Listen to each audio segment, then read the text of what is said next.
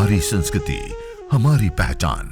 यज्ञ, योग, आयुर्वेद सदा रहे हमारे साथ। भारत के प्राचीन ग्रंथों एवं आधुनिक विज्ञान का दिव्य संगम, यज्ञ महिमा।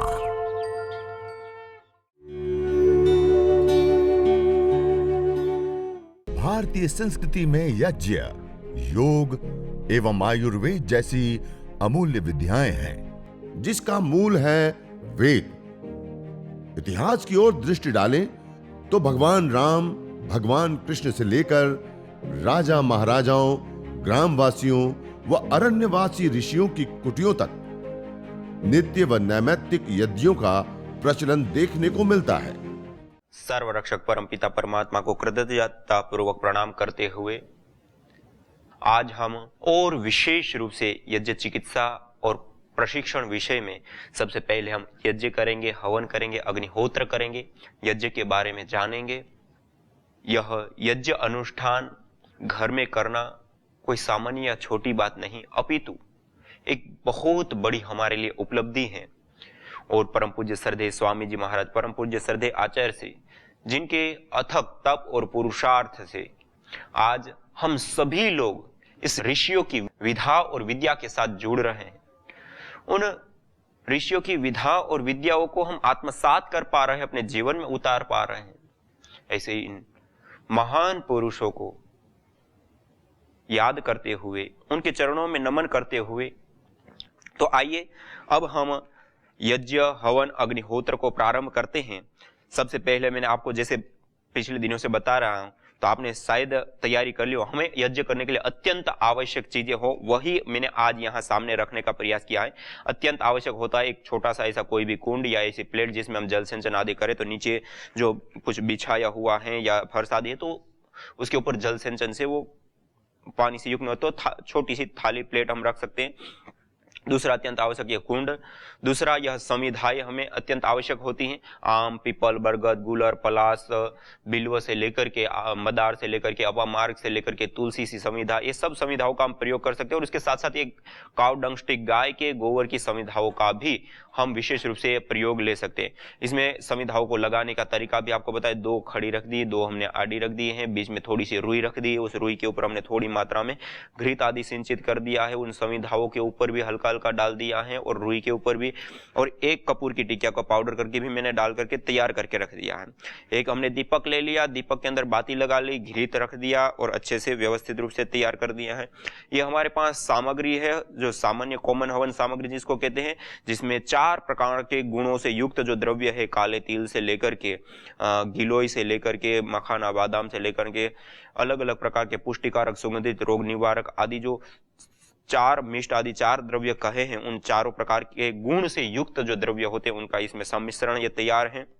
और यज्ञ के दौरान और यज्ञ के बाद विशेष रूप से धुनी करने के लिए और विशेष लाभों को प्राप्त करने के लिए इस गुग्गुल को त्रिदोष सामक कहा गया है और सभी प्रकार के उत्पातों को शांत करने वाला कहा गया है। और गुग्गुल की धुनी से सभी प्रकार के रोगों को दूर करने के लिए कहा गया। तो यह गुग्गुल भी विशेष एक हविष्य सामग्री है, तो वो भी हमें अवश्य अपने घर में धुनी करनी चाहिए। तो उसको अत्यंत आवश्यक तो वो रखा है। बस इतनी चीजों की। और इससे अतिरिक्त गाय का घृत, ये हमारे सामने पिघला हुआ तपाया हुआ इस प्रकार से गाय का घी हमारे पास होना चाहिए, जिस घी की हम आहुति दे सके। इस प्रकार से पिघला हुआ घृत हमारे सामने, बस अत्यंत आवश्यक इतनी चीज होती हैं। और यदि ये सामग्री आपके पास नहीं है तो खाली आप गुग्गुल लेकर के हवन कर सकते हैं। खाली आप चावल लेकर के, ये अक्षत चावल, सामान्य रूप से लोगों को समाज में जो है चावल मिलते लेकिन अक्षत नहीं मिलते, तो ये पतंजलि के सभी स्टोर्स के ऊपर यह ब्राउन राइस के रूप में आपको बिल्कुल ही अक्षत, एक भी टूटा हुआ इसमें दाना नहीं होता है और बिल्कुल शुद्ध रूप में यह उपलब्ध कराएं। तो इसको आप हवन के रूप में प्रयोग कर सकते हैं। आयुर्वेद ग्रंथों में इसको त्रिदोष सामक कहा गया था। तीनों ऋतुओं में हम चावल से यज्ञ कर सकते हैं। कोई सामग्री हमारे पास नहीं तो खाली चावल ले लीजिए, अपने घर में तो होता ही है। तो यज्ञ केवल हम चावल से कर सकते हैं। और बाकी जो आपने पतंजलि स्टोर्स के ऊपर पतंजलि दिव्य हवन सामग्री, पतंजलि आस्था हवन सामग्री, ये सामग्री आप भी उपलब्ध हैं, तो उसका आप प्रयोग ले सकते हैं। और बहुत कम समय में ही हमने अभी उपलब्ध वैसे करा ही दिया है कि कुछ रोगों के अनुसार हवन सामग्री और देव पूजा आदि कुछ ऐसी विशेष त्रिदोष सामक सामग्री आदि भी, और भी इससे एक्स्ट्रा 15-20 ऐसी औषधियां हैं जो हमने विशेष रूप से अभी उपलब्ध कराई हैं, तो वो भी आपको अंतिम में बताएंगे। तो और दूसरा जल सिंचन और आचमन के लिए पात्र आदि की तैयारी, इतना हमें अत्यंत आवश्यक होता है। इतना करने के बाद अब हम यज्ञ प्रारंभ कर सकते हैं। तो आइए हम सभी लोग सीधा बैठते हुए 3 बार पावन ओंकार का उद्घोष करते हुए आज के इस सत्र की शुरुआत विशेष रूप से हम यज्ञ के माध्यम से करेंगे।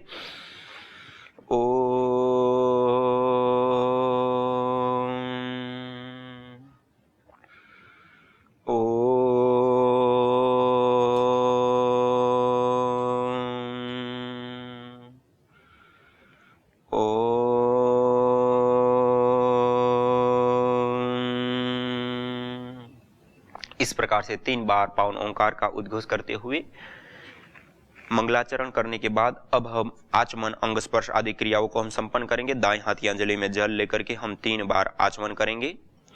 ओम अमृत पस्तरणमसि स्वाहा। ओम अमृता पिधानमसि स्वाहा। ओम सत्यं यशः श्रीर्मयि श्रेयतां स्वाहा। 3 बार आचमन करने के बाद अब हम हस्त प्रक्षालन करके हाथ को धो करके अब बाएं हाथ की अंजलि में जल लेकर के हम अंग स्पर्श करेंगे। मध्यमा और अनामिका 2 उंगलियों को जल में स्पर्श कराते हुए ओम वांग्म आस्यस्तु, ओम नसोर्मे प्राणोऽस्तु, ओम अक्ष्णोर्मे चक्षुरस्तु, ओम कर्णयोर्मे श्रोत्रमस्तु, ओम बाह्वोर्मे बलमस्तु, ओम ऊर्वोर्म ओजोऽस्तु, ओम अरिष्टानि मिंगानि तनुस्तन्वा में सह सन्तु। शरीर के सभी अंगों के ऊपर जल का छिड़काव कर देते हैं। इस प्रकार से यह आचमन अंग स्पर्श क्रिया ये हमने संपन्न की। इसके बाद अब हम सीधा दीप प्रज्वलन करते हुए भी यजन कर सकते हैं और ईश्वर स्तुति प्रार्थना उपासना के 8 मंत्रों का सस्वर पाठ उच्चारण करते हुए अर्थ भावना पूर्वक उच्चारण करते हुए भी हम कर सकते। तो आइए हम सब लोग सीधे बैठते हुए अपने अपने घर में हाथ जोड़ते हुए हम आज ईश्वर स्तुति प्रार्थना उपासना के 8 मंत्रों का उच्चारण करेंगे। अथ ईश्वर स्तुति प्रार्थनोपासना।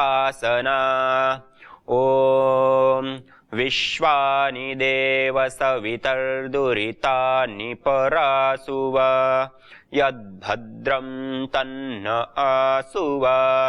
ओम हिरण्यगर्भः समवर्तताग्रे भूतस्य जातः पतिरेक आसीत्, सदाद्धार पृथिवीं द्यामुते मां कस्मै देवाय हविषा विधेम। ओम य आत्मदा बलदा यस्य विश्व उपासते प्रसिद्धं यस्य देवाः, यस्य छायामृतं यस्य मृत्युः कस्मै देवाय हविषा विधेम। ओम यः प्राणतो निमिषतो महित्वैकइद्राजा जगतो बभूव, य ईशे अस्य द्विपदश्चतुष्पदः कस्मै देवाय हविषा विधेम। ओम ये नद्यो रुग्रा पृथिवी च दृढायेन स्वस्तभितं येन नाकः, यो अंतरिक्षे रजसो विमानः कस्मै देवाय हविषा विधेम। ओम प्रजा आपतेन त्वदेतान्यन्यो विश्वा आजातानि परिता बभूव, यत्का आमास्ते जुहुमस्तन्न अस्तु वयं स्याम पतयोरयीणाम्। ओम स नो बन्धुर्जनिता सविधाता धामानि वेद भुवनानि विश्वा, यत्र देवा अमृतमानशानास्ते तृतीये धामन्नध्येरयन्त ॐ अग्नेनय सुपथाराये अस्मान् विश्वानि देववयुनानि विद्वान् युयोध्यस्मज्जुहुराणमेनो भूयिष्ठान्ते नम उक्तिं विधेम। इतेश्वरस्तु ते प्रार्थनोपासना।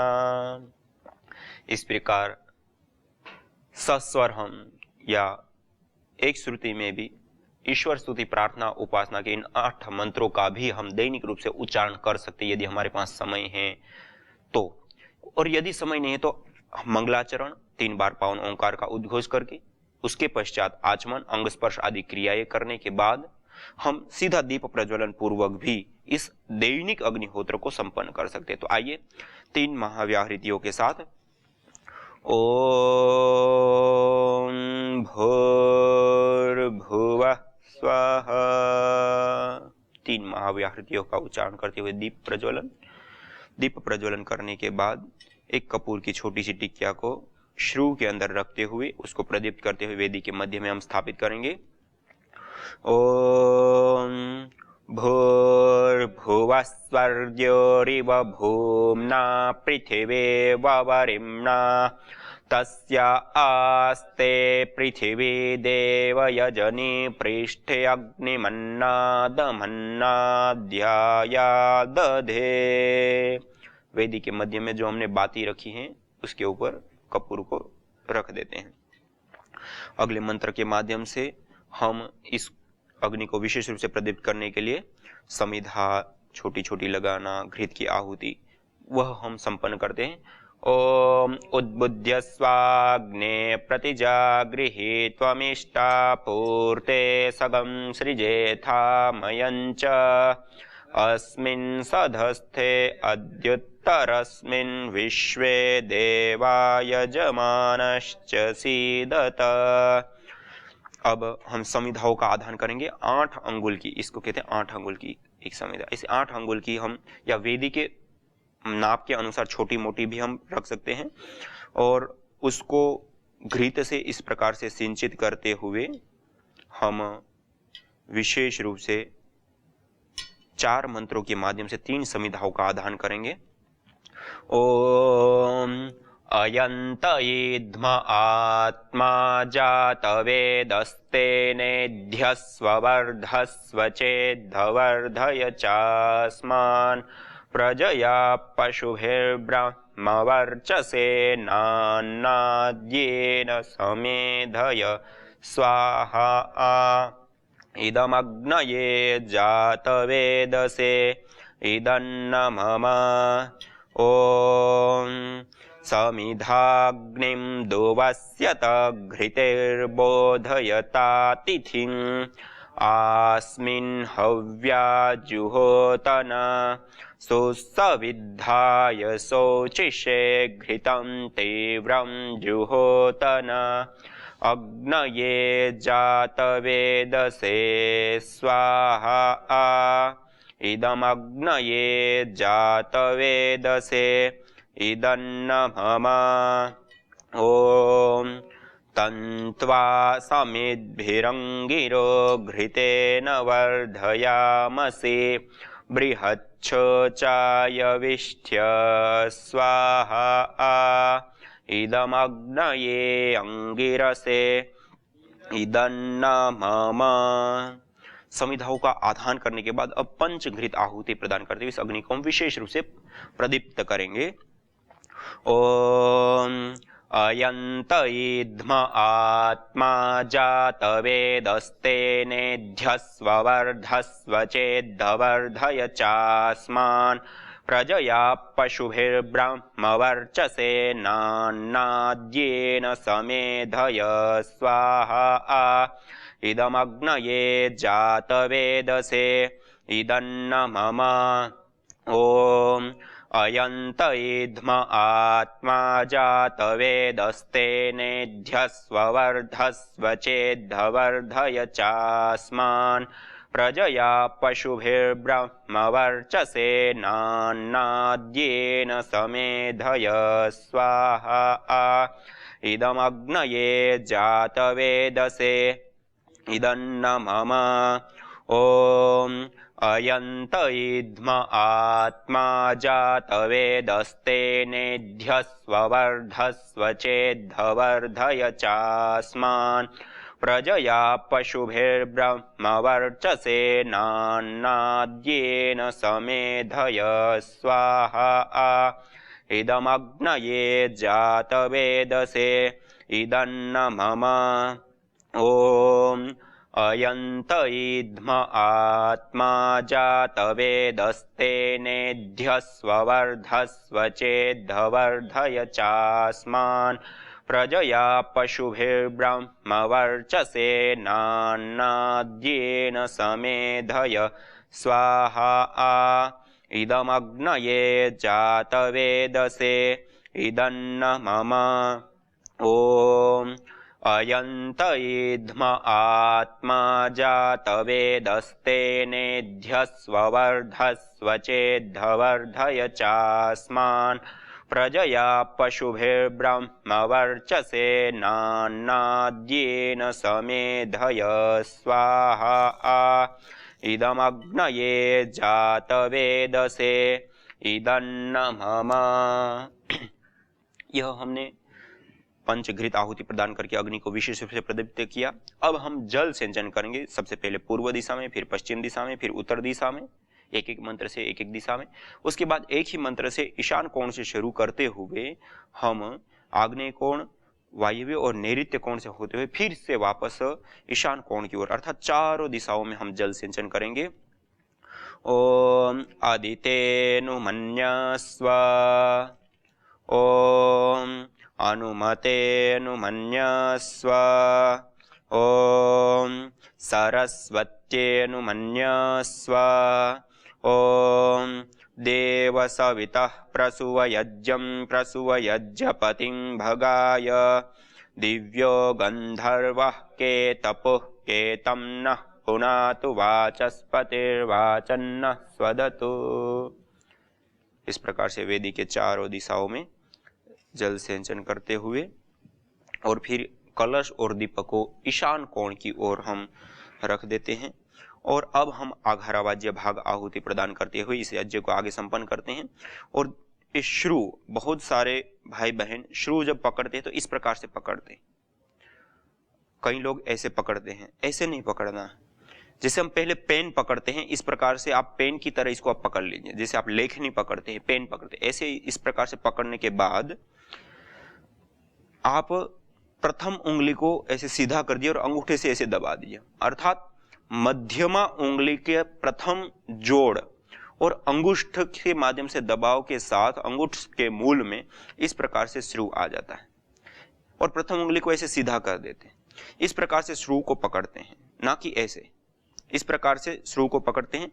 जब हम मंत्र से पहले ओम का उच्चारण करते हैं तब ओम के उच्चारण के साथ हम घृत को लेते हैं, मंत्र का उच्चारण करते हुए हवि को भावित करते हुए, और अंतिम में स्वाहा के साथ, जैसे ही हम स्वाहा बोलते हैं तो स्वाहा के साथ ही हमें आहुति प्रदान करनी होती है।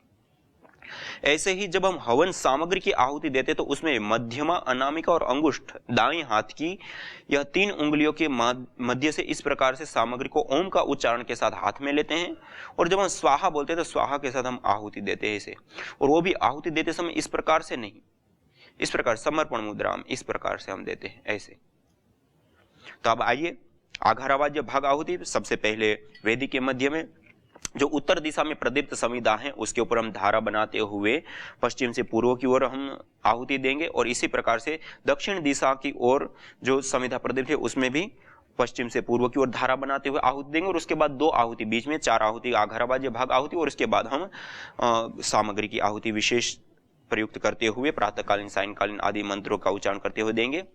तो आइए, ओम अग्नये स्वाहा इदमग्नये इदन्न मम, ओम सोमाय स्वाहा इदं सोमाय इदन्न मम, ओम प्रजापतये स्वाहा इदं प्रजापतये इदन्न मम ॐ इंद्राय स्वाहा इदमिन्द्राय इदन्न मम ॐ सूर्यो ज्योतिर्ज्योतिसूर्य स्वाहा ॐ सूर्यो वर्चो ज्योतिर्वर्च स्वाहा ॐ ज्योतिसूर्य सूर्यो ज्योति स्वाहा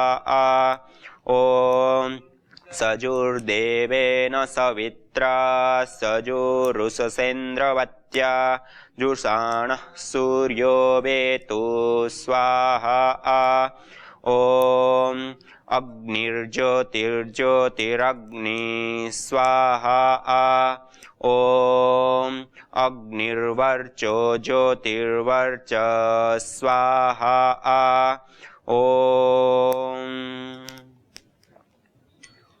स्वाहा ॐ सजुर्देवेन सवित्रा सजुरात्रिन्द्रवत्या जुषाणो अग्निर्वेतु स्वाहा ॐ भूरग्नये प्राणाय स्वाहा इदमग्नये प्राणाय इदन्न मम ॐ भुवर्वायवे पानाय स्वाहा इदं वायवे पानाय इदन्न मम ॐ स्वरादित्याय व्यानाय स्वाहा इदमादित्याय व्यानाय इदन्न मम ॐ भूर्भुवस्वरग्निवायवादितेभ्यः प्राणापानव्यानेभ्यः स्वाहा इदमग्निवायवादितेभ्यः प्राणापानव्यानेभ्यः इदन्न मम ॐ आपो ज्योतिरसोऽमृतं ब्रह्म भूर्भुवस्वरो स्वाहा ॐ या मेधां देवगणः पितरश्चोपासते तया मामद्य मेधयाग्ने मेधाविनं कुरु स्वाहा ॐ विश्वानि देव सवितर्दुरितानि परासुव यद्भद्रं तन्न आसुव स्वाहा ॐ अग्नेनय सुपथाराये अस्मान् विश्वानि देववयुनानि विद्वान् युयोध्यस्मज्जुहुराणमेनो भूयिष्ठान्ते नम उक्तिं विधेम स्वाहा